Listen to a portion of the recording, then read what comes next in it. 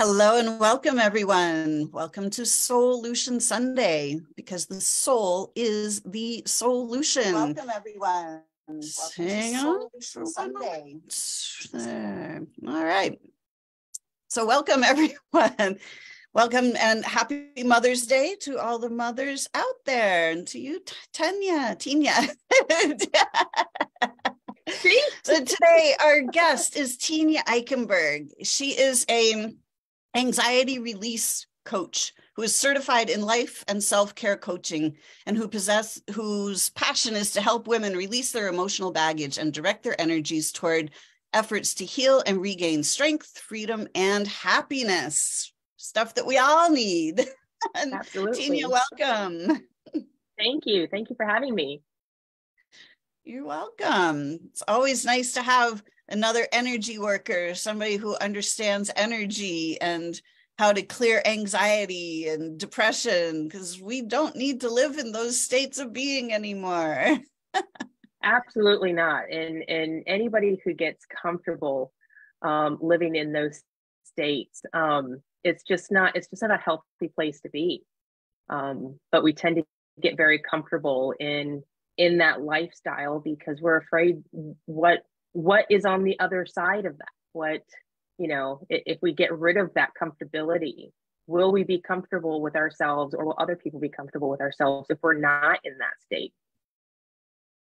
Exactly. It's like, who will we be if we're not the way we are now? Maybe it'll get worse. But once we start to understand that we're grand beings of light and we can create anything we desire, we start to change the way we look at things and start to realize that there's way more to us than just these physical bodies and just this caricature that we're playing. We're more than the personality, and we have far more power. So how did you end up on this road? So I grew up in a home with a mother who was diagnosed with being bipolar at, I think she was 27 or 28 when she was diagnosed. So I was about 7 or 8 years old. And I have no memories prior to 8 years old. So I can't really say what life was like after 8 years old.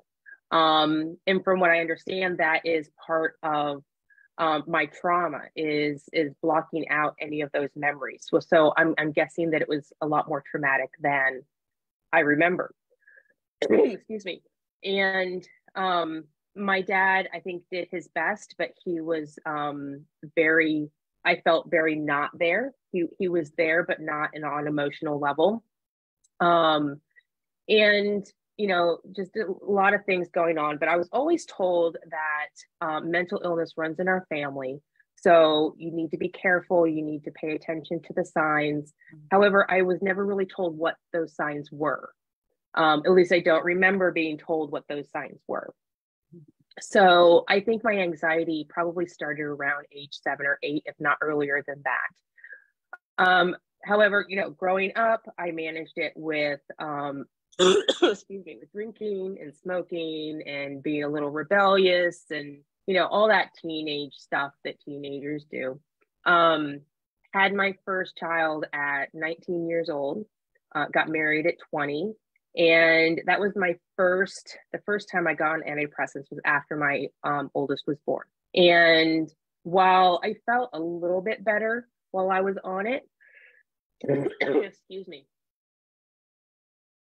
there were other symptoms that I didn't like. And so I eventually came off of it because I assumed I was feeling better. And I would be okay for a little while, and then I'd have to get back on them. And it was just this constant roller coaster of on and off. Went to a myriad of talk therapists throughout the years, and was doing fairly well between probably 2015 and 2018. 2018 was a big year for our family. Our twins graduated high school. My husband graduated college. We got an offer to buy our forever home right off of the water. Our oldest was graduating from college. It was a wonderful year, But on the inside, I was starting to just die. Like I just could not be happy with all of this stuff. And I made myself so busy so that I didn't have to deal with it all.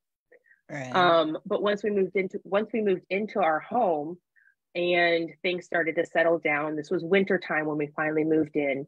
And so I thought what I was really feeling was the seasonal affective disorder, was just that winter depression that was setting in, because we'd moved into this beautiful community and we couldn't enjoy the amenities of it because it was so cold out.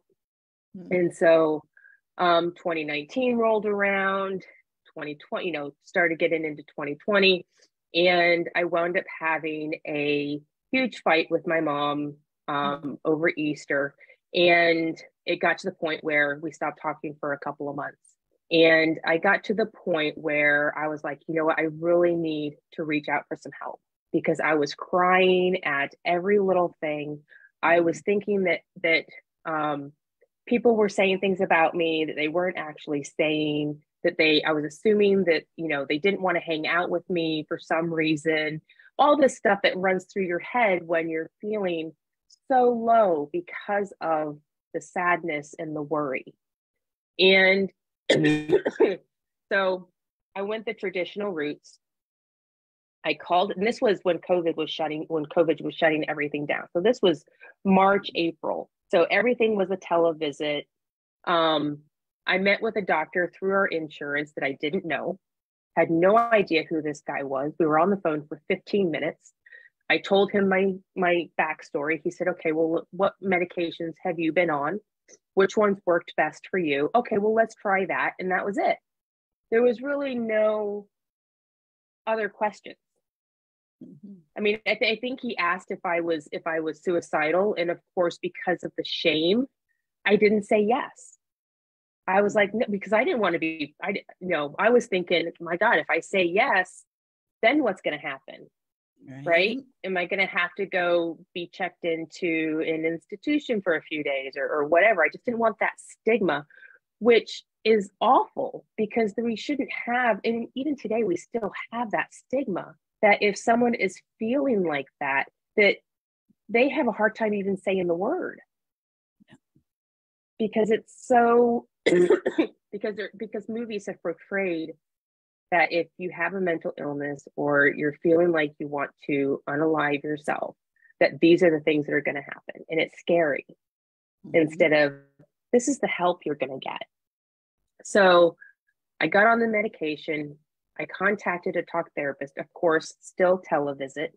And it took probably 4 or 5 sessions for her to get my entire backstory, because the sessions were only about 45 minutes long. So it doesn't leave a whole lot of time for deep diving into what the root cause might be.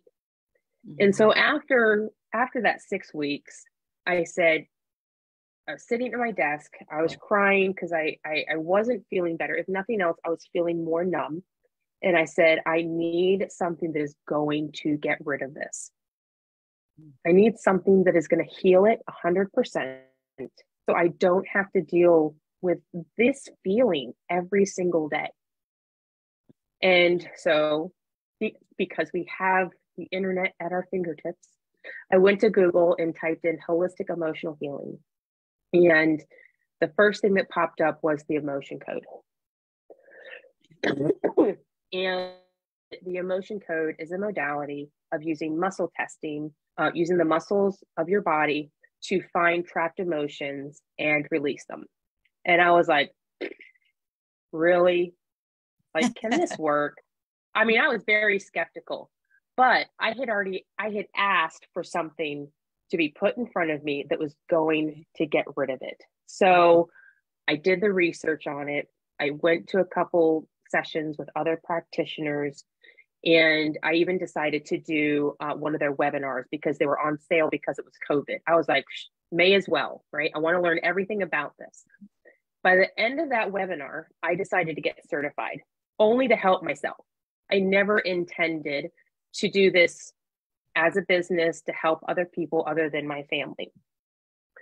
And between the emotion code and the body code, which is the second level, after going through those certifications, learning how to do this, within 4 months of finding it, I had healed myself 80% of my anxiety and depression. Awesome.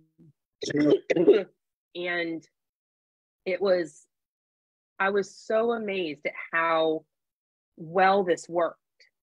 But I was like, why am I not 100% healed? Why can't I be 100% healed from this?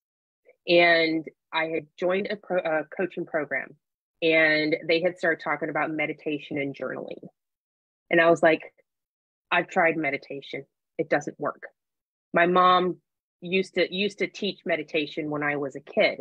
And, you know, I know that people do it, but for me, it was like, it doesn't work. And I just kept getting this nagging feeling, try it again, try it again, try it again. And so I did. So I started off with like 5 minutes a day, and I did 5 minutes a day for probably 3 or 4 months, and started journaling and really diving into what self-care is and why it's so important and why we have to do it every single day and what are the most important aspects of it for me. And what I found was I needed to meditate every day. I needed to journal every day. And journaling doesn't have to be on paper. Journaling can be just talking to yourself out loud, or doing a voice note or a video. It doesn't have to be this drawn out ritual that some people think that journaling is. Learn how to set boundaries. Excuse me. That was probably the hardest thing to do, was to learn how to set boundaries, because from the time I can remember, I was always told, you need to put other people before yourself. Yeah, right. You need to make sure that everybody around you is taken care of before you think about yourself. Stop thinking about yourself. And in retrospect, we were being trained that way because we already knew that we needed to take care of ourselves first. But we were being conditioned or brainwashed, in a sense, to think the other way. And so once I started putting up those boundaries, journaling, meditating, allowing my emotions to come up and feel them for what they were. And if I found them scary, I would give them different character names, or, give them an image that wasn't so scary, because I needed to become comfortable with being sad or being worried or being angry, and be able to respond to those emotions rather than react to them. So within 2 months of implementing all these different self-care techniques, I was 100% healed from my anxiety and depression. So I've got it written down on my calendar, so it reminds me every year, but December 17th was the day I realized that I am 100% healed. I no longer have chronic depression or chronic anxiety. I don't have to worry about this stuff anymore. And I wake up every day so thankful for the day ahead, because I'm happy, I'm healthy, I'm in love, not just with the people around me, but with myself. And it was just such a huge shift that I sat there and went, why did it take me so long? Why did I have to go through all of this, knowing that this was on the other side? If I'd known this was on the other side, I wouldn't have sat here for so long. It was crazy. It was mind-boggling. Right.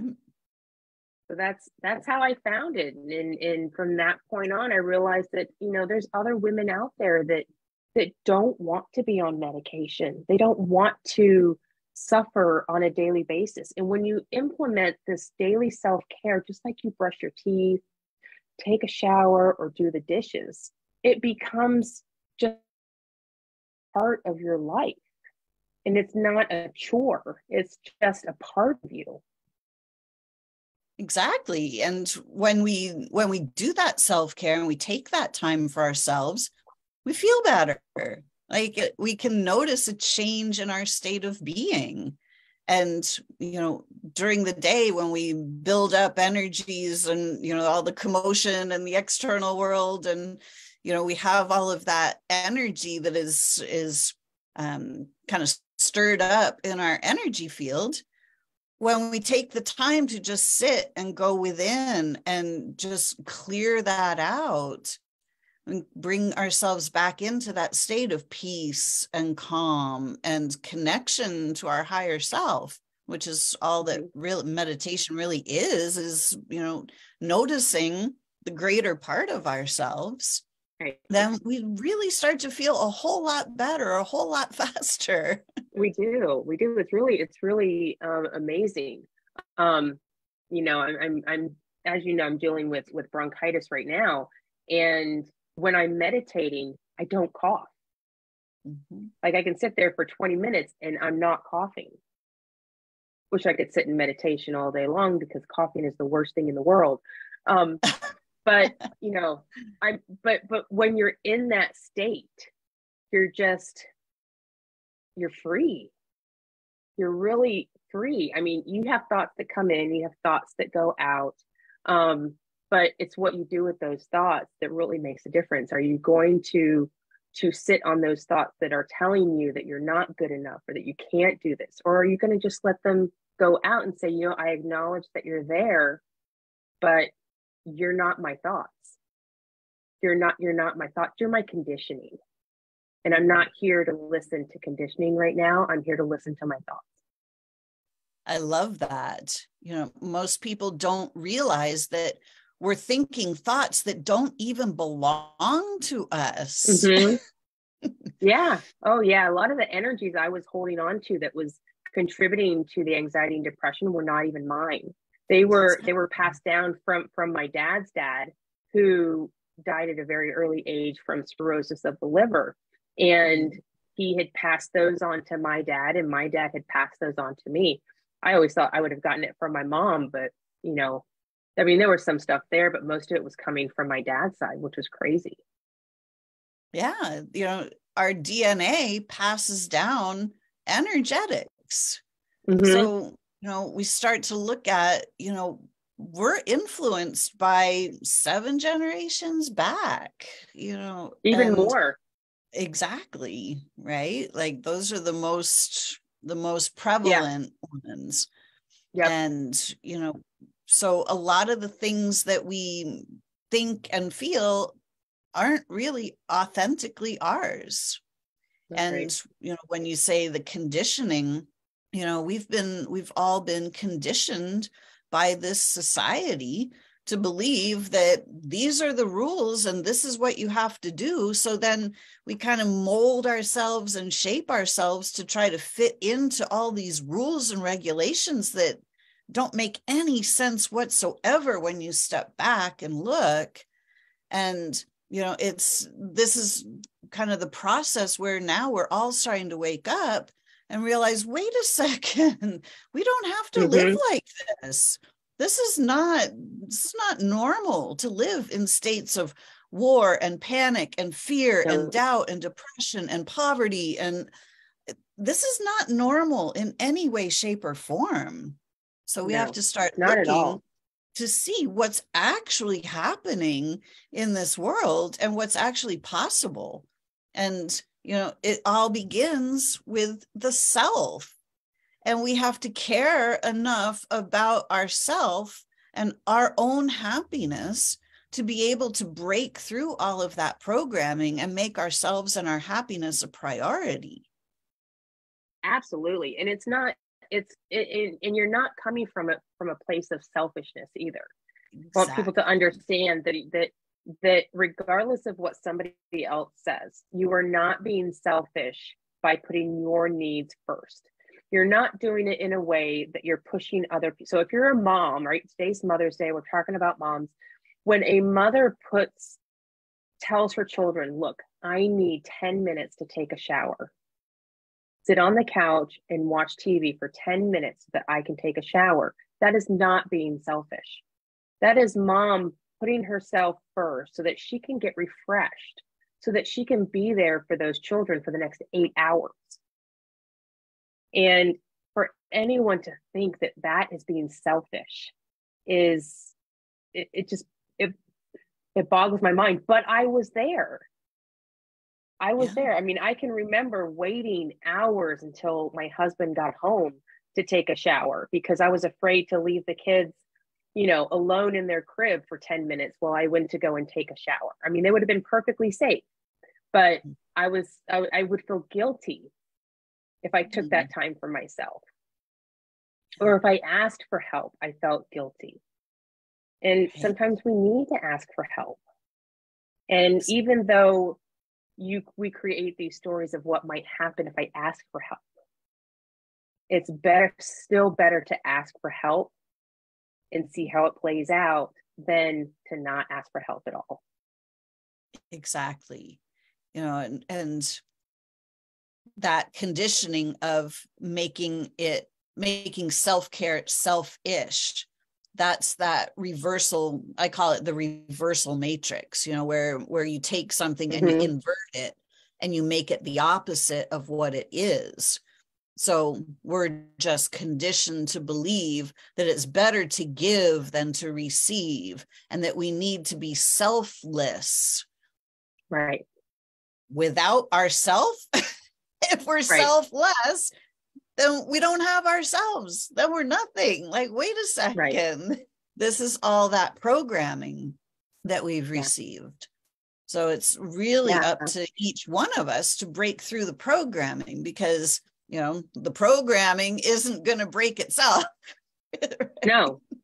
And I'd love to know who started that whole agenda of you have to put everybody else first before taking care of yourself. I'd love to go back and just say, what are you thinking? Just shake them. What are you thinking?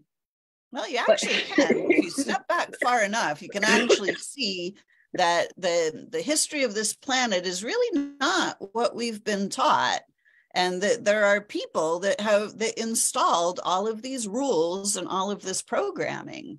And the same people that installed them in the very beginning, they're still carrying the lineage. It's still the same group of people that are doing the same things. But most people refuse to look, and they just go, oh, the government, or oh, the religion, or like, there are no such things. There are people who act as officials.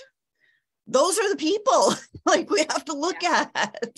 Yeah, you're right. Yep. It's like ones who are waging war. Like, that's not a privilege that you get on this planet. Like, waging war is not a privilege that you have.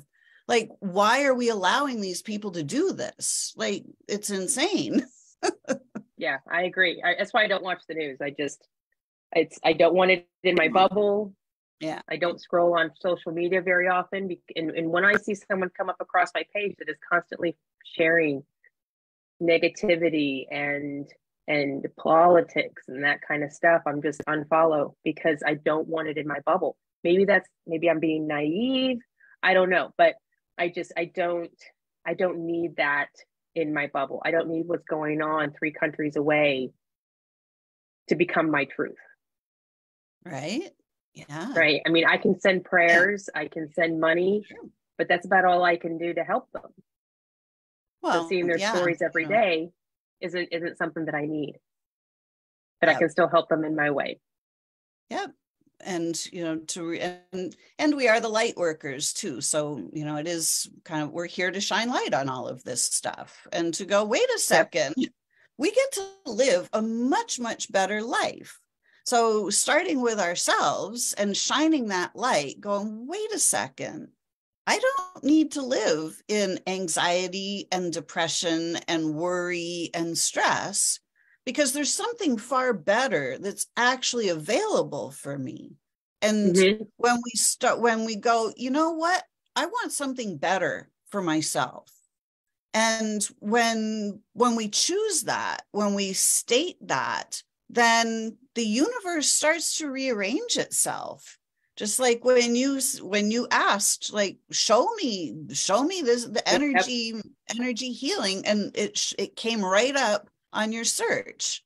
It's like we have to ask, and then we have to be open to receive and to notice that we received. It would have been easy for you to go, oh yeah, that's not it. That's not it. Yeah, no, I'm looking for something really, really specific, somebody in my town, or, it's like, no, Right. you follow the inner guidance. And we can all follow our inner guidance back to our truth, back to our health, back to our Yep. ultimate well-being. Absolutely. We just need to get the word out. That's what we're doing. Yeah. It's like we're here to shine our light on this planet. We're here to be the best version of ourselves. And when we start to be the best version of ourselves, we start to look around at the planet and go, wait a second, there's a lot of unacceptable stuff going on. And it's like, I don't have to accept the unacceptable stuff. So by self-care, literally heaven on earth begins with self-care, because we only have influence over ourselves. So when we start to manage our own energy space, our own selves, and we make peace and happiness and prosperity a priority, then that kind of spreads out into the people around us, the community around us. We start to be able to influence other people just by our example. Absolutely. Yeah. And to go a little further into that, when I did start to heal and when I realized that I had healed, I started to notice the way the people around me were behaving. And my relationships with my husband and my children got better. Relationship with my parents became different. I don't know, I guess it got better in a sense, but it just became different. But just the people around me, it was just like, because of the energies that I was holding on to, they were reacting and responding to those energies, and they didn't even realize it. Exactly. And once those energies were gone, things just kind of like settled into place. So, energy healing doesn't just help you. It helps your ancestors. It helps future generations. It helps your best friend. It helps your neighbor. It helps everybody within your bubble. Exactly. When we can be in that space of peace and calm and happy, we can be the observer of the world around us. And we can interact from a much more rational, calm space rather than reacting to every single thing that we see. Right. That's how we influence those around us. Just like you said, like quantum entanglement, we don't realize that our energies are literally entangled with other people's energy. And that, if somebody in the household is having a really bad day and that actually affects everybody else. But when we can be in our own space and we can observe the person having the bad day, then we can kind of hold space and just go on about our day and allow their stuff to play out. But, without amplifying their bad day, we can just hold space for them to realize, oh, there's something else that's available. Absolutely. Yeah. It's crazy just how, it's not crazy now, but it used to feel crazy just how different or how energy just affects everything, right? You can tell when a baby's crying and the mother is stressed, the baby can feel that stress. Well, it's not that the mother's doing anything that is causing the stress. It's just that baby feels that energy. Yeah. So, exactly. When our kids are becoming anxious, they're feeling our anxiousness, or we're feeling their anxiousness and we become anxious. So it's a ripple effect. And when we calm down, our kids calm down. It's really beautiful. It's really a beautiful thing. It is. It took me a really long time to decipher that a lot of my stress and worry and anxiety was not mine. it Yeah. was coming from a family member. And Yep. all of a sudden it was like, whoa, wait a second. Yeah. And you can I'm ask the yourself. way Yeah, go I was ahead. like, I'm the way I am because they've projected all of this onto me, and I've been reacting to their projection. It's like, whoa, that's wild. And if you're feeling that way, you can stop and ask yourself, is this mine? Exactly. And if you usually know instinctively whether it's yours or not. And if it's not yours, go, you know what? I'm going to send this back with love and gratitude. It's not mine to hold on to. I release it and I let it go. And you take a few breaths, and 9 times out of 10, that will leave. Exactly. It's Yeah, we that are. easy to clear out the energy. Right? It Yeah. is. It's not difficult. It's not complicated, but it takes awareness and it takes Yep. intention. Like we have Yep. to And until actually then, do that. yep. And until then, there's people like you and I who want to help others to find the benefits of energy healing and to find the benefits of listening to themselves. Exactly. Once we understand what energy is, and that these emotions, fear, doubt, depression, guilt, anxiety, these are all energies. And we can change these energies in an instant with our intention and with, just a couple of simple tools, or even just using our breath. It's really, really simple. But, we look out at the world and, we see the majority of people, well, a vast majority of people are suffering from anxiety, and they're going to their doctor to look for a pill. Well, guess what, people? The pill is never going to work because it's about energy. A pill isn't going to change your energy for you. It's right. It's a trauma response. It's not a chemical imbalance. It's a trauma response. Exactly. Yeah. Something scared you when you were younger and you held on to that, and then you built upon it. And, sometimes you start building on something that's not even yours. And it's time for people to know that, or to understand the energy world, that, these little energies, even though you can't see them, they're causing you a lot of problem, either mentally or physically, mentally or even spiritually. Exactly. And we are beings of energy. We are not these physical Yep. bodies. We are the No. soul that's animating the body. The soul is pure energy, pure consciousness. It's non-physical. There's the vast majority of us is non-physical, but we have been taught, don't look at the non-physical. If it's not physical, it's not real. Right. So then we just suffer because we're like, this isn't good. I look at the physical world around me. This isn't good. My checkbook, not good. Oh, and then we just suffer because we don't realize, wait a second, I'm the creator. I can create anything I want, but it's all about my energy. So if I'm in stress and fear and worry, then I'm just projecting stress and fear and worry out into the world. And the universe is going, oh, hey, Lisa, I see you're having a really good time with stress and fear and worry. So here, let me give you some more things to stress and be afraid of and worry about. Yep.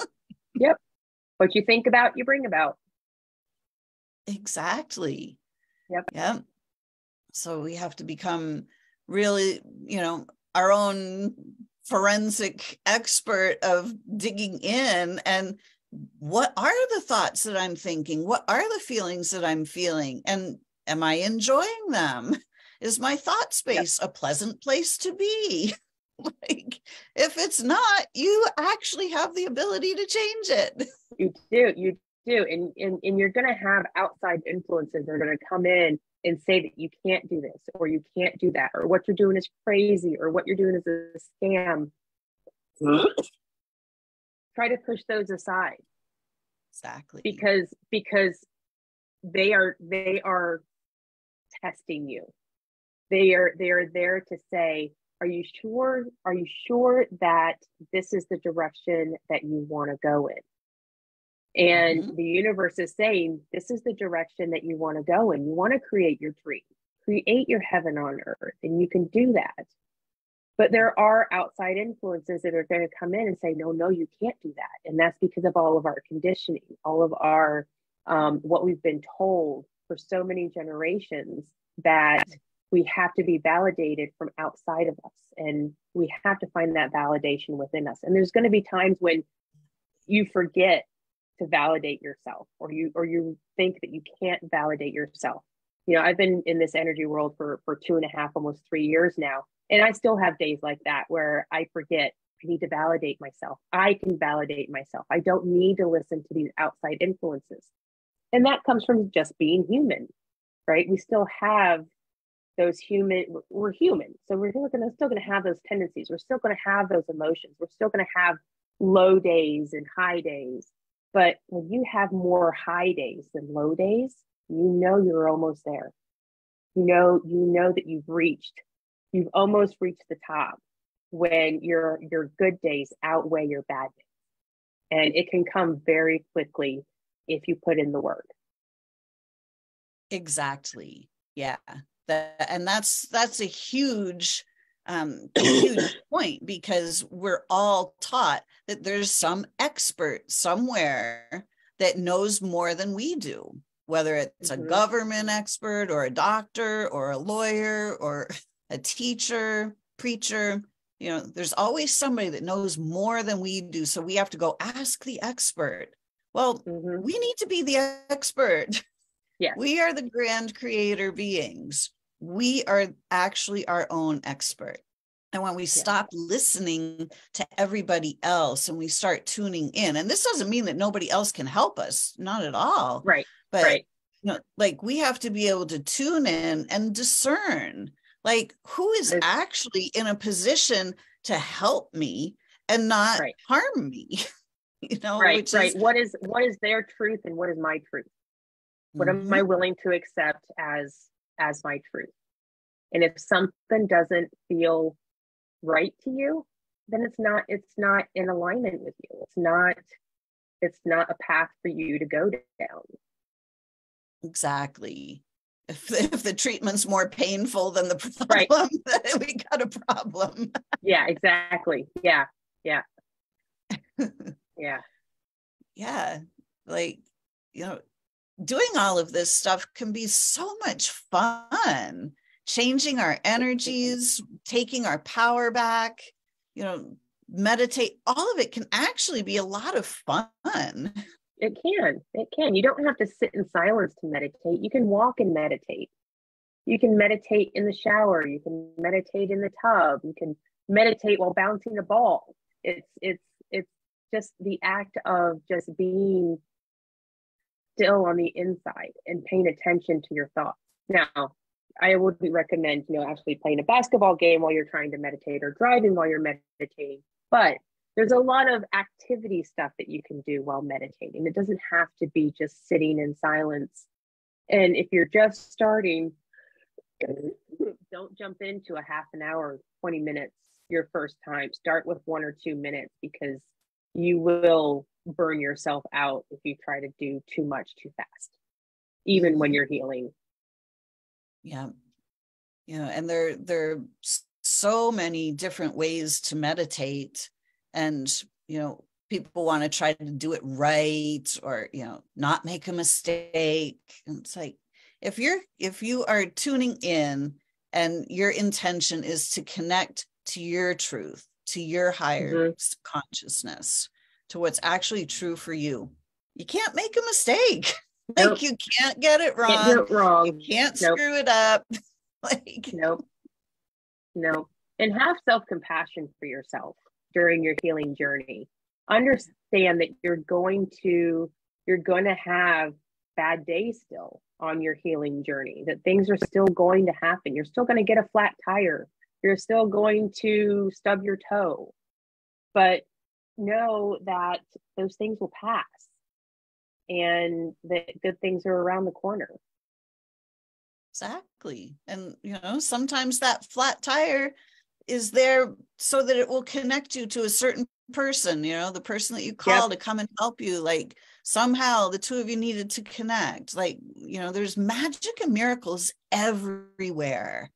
And when we start to look for them, and instead of reacting to the flat tire and being like, oh no, this is the worst thing ever, it's like, all right, what's the best possible outcome here? How can we, what is, what's the easiest resolution? What's the highest outcome? And we start looking for that. And pretty soon the universe just starts giving us all kinds of really interesting, neat stuff. Yep. And when the bad, quote unquote, bad stuff or the inconvenient stuff shows up, it gets to be easier to shift your thinking more quickly and go, all right, what's the nugget here? What's the jewel in this? What's the pearl here? And so it's not always, some big, terrible thing that happens. No. And you start looking at the bigger things as not so big as well. Exactly. When you've done that inner healing, you realize that some of these things that you used to think were horrible things that happened but that kind of ruined your whole day are not that big in the grand scheme of things. They don't mess up your life. They might mess up your hour, but they're not going to mess up your life. Yeah. And it's important to look at it to try to look at it in that way. Exactly. And, this too shall pass, that's always a thing. And, I started to kind of live my life by, well, if this is going to work, this is all going to work itself out. Everything always works out. So if this bad situation right now is going to work out eventually, why not just jump to that and just go into trust that this is all going to work out? Yep. And when we go into that trust, it goes fast. Like we can kind of jump from bad situation to best possible outcome really pretty quickly. Yep. But if we're in this like, oh no, then the best possible outcome isn't going to make itself known while we're not in that space to receive it. Right. Yep, absolutely. Could agree with you more.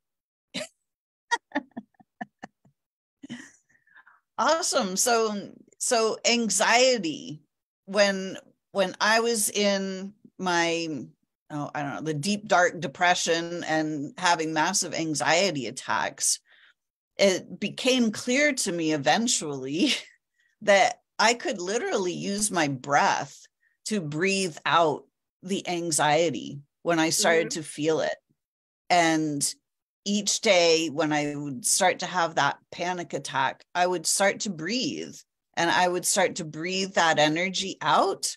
And pretty soon it would go away, like within minutes or even seconds sometimes. And pretty soon I realized, I don't know, 6 or 8 months down the road, somebody mentioned about anxiety. And I was like, oh yeah, I remember I used to have that. I didn't even realize it was gone. It was just like, it was gone. And I was going to live my life. And suddenly one day it was like, oh yeah, wow. Yeah. Breathing is one of the freest tools we have. And we take it for granted because we do it every second of every day.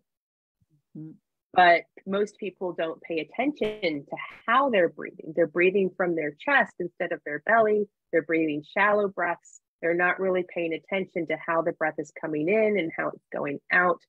Or maybe they have trouble breathing. They have to breathe through their mouth and they can't breathe through their nose. And so then they don't breathe as much because their mouth gets so dry. But taking concentrated breaths on a regular basis, and concentrate meaning you're paying attention to how it's coming in. You're feeling it going down the back of your throat and into your belly, and you're watching your belly expand, and you just concentrate on the breath is so beneficial and so calming. And before you know it, yes, that panic attack that you were having is gone. or that sadness that you were feeling is gone, because you're allowing yourself to feel those emotions as they're releasing. And feeling your emotions doesn't mean if you're sad that you're crying your eyes out, or if you're angry, you're yelling and throwing things. Feeling your emotion just means you're feeling it within your body. You're finding where it's at. You're allowing yourself to feel it, and you allow yourself to release it, to say, you know, I don't need to hold on to this anymore. This isn't mine to hold on to anymore. I can release this. And I always release my energy with love and gratitude, because I want it to transmute into something more positive. So transmute, if it helps, transmute your negative emotions into positive ones. That's what helped me a lot, was saying, you know what, I'm not going to send out more negativity out into the world. So I'm going to transmute this emotion into something better. As it leaves my body, I transmute it into love and gratitude, so that when someone else comes in contact with that energy, that's what they feel. They don't feel my bad emotions. They only feel my good emotions. Exactly. I love that. You know, and when we do that for ourselves, we're actually doing it for the planet. We're clearing it out of the collective consciousness as well. You know, this is the time where we are changing this game of, you know, suffering on this planet, and we're raising the vibration so that we can create heaven on earth here. So one of the tasks that we all signed up for was to transmute the fear, the doubt, the guilt, the shame, the blame, all of those negative energies that have been generating the suffering on the planet. So as we do that for ourselves, we're also doing it for everyone else. Yep. We're cleaning the world, cleaning the energy of the world. Exactly. Yes. And we have to do that with ourselves first. We have to experience it first. Yep. It's the only way. Yeah. And if everybody did this, can you imagine where we would be? Right? And it wouldn't take long. We could literally change the world almost overnight. Mm-hmm. Come on, So 7 billion people, get on board. People. Let's get going.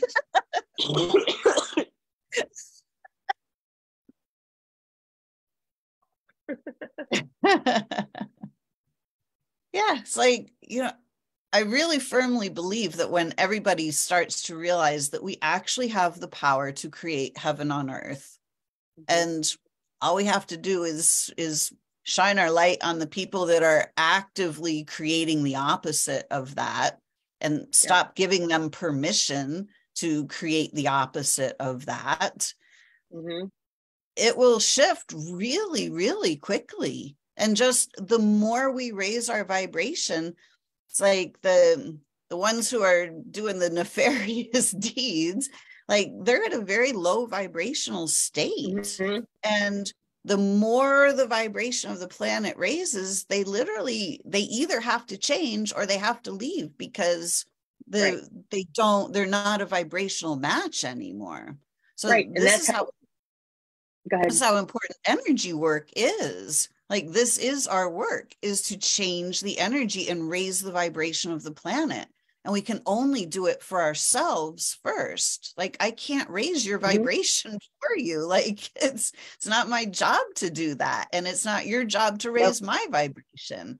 It's up to each one of us to take command and start doing that for ourselves, and start to recognize that we are these grand beings of light. Our natural state is light. It's joy, it's peace, it's ease. We naturally live in harmony with all that is, with the universe.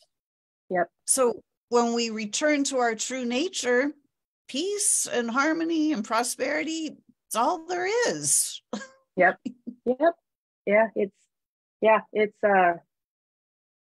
I can't wait for generations and generations to come to see.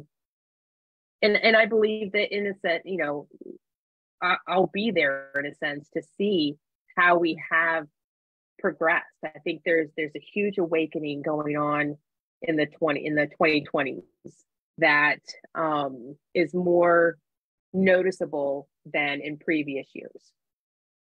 You know, every time I turn around to speak to somebody else, they have heard of energy healing, or you know, they've just heard of energy healing, like it's just come into their awareness. You know, there's still a lot of people that I talk to that have never heard of energy healing, and I'm like, well, have you heard of massage or acupuncture? Oh yeah, well, that's energy healing. So most people don't realize just how much energy healing has been in our system, has been in our society, just because those are the only things that they have been exposed to. And I think over the next few generations, we're going to be exposed to so many more modalities, because people are getting downloads and you know, about what it is that they can do to help themselves heal. And then they're going to be teaching other people. Just like I learned the emotion code, but now I use kinesiology with 60 different charts versus just what comes with the certifications. And that's how my practice has grown, how my modality has grown. And when you start digging into that stuff, your intuition grows and your knowing grows. And it's so much fun. Just all the synchronicities that start popping up when you can really like tap into yourself. Exactly. And, you know, it starts to get fun because you start to like just feel good on a daily basis. You know, it's amazing how many people don't allow themselves to feel good. Like they think that their body has to have no pain in order for them to be able to feel good. Well, yes, you know, if your body is pain-free, that's great. However, even if you're sick, if you're in pain, you can still tune in and tune into the peace, the ease, the joy, the happiness. Like those energies are always here. All energies are available. And we just have to tune in to the ones that allow us to feel good. And it's really easy. It doesn't take really any time at all. And we can allow ourselves to feel good. Yeah. And one trick that I can offer to find that happiness within you, that joy within you, is for you to close your eyes and just place a small smile on your face. It doesn't have to be a big cheesy grin, but you just place a smile on your face and you bring up a memory that makes you feel so good. So one of my favorite memories is Christmas morning, watching my kids come down the stairs and run into, I love Christmas. Christmas is my holiday. But tapping into that feeling. And I start to associate that feeling with other things going on in my life that may not be so good, right? So I try to put that feeling to that flat tire or to that stubbed toe or something like that, so that when something not so great happens, I don't feel that impending doom feeling. Right. Because I've been able to shift my mindset that, oh my gosh, I got a flat tire. Okay, so why did I get a flat tire? And there have been times when I've, you know, had something happen and I've met somebody that needed to read like the 4 agreements. So I would give them my copy of the 4 agreements or something like that. But if you want to find that feeling within you, close your eyes, put a smile on your face, and think of that moment that just brought you so much joy. And then pull off of that moment when you're having a hard time, because it's going to shift your mindset so much quicker. Yeah. You know, when I was in the deep, dark depths of the dark night of the soul, I was like, somebody said, well, you know, you can just be happy. I was like, I don't have anything to be happy about. This is terrible. And it took exactly what you're saying to shift my perspective. I was like, well, have you ever been happy? Well, yeah, you know, it's like, can you remember being happy? Yeah, yeah. Okay, well, close your eyes and remember being happy. Remember what that felt like and just feel it right now. Like, Yep. oh, wow, Because you time, can do that. yeah, That's cool. because time is irrelevant.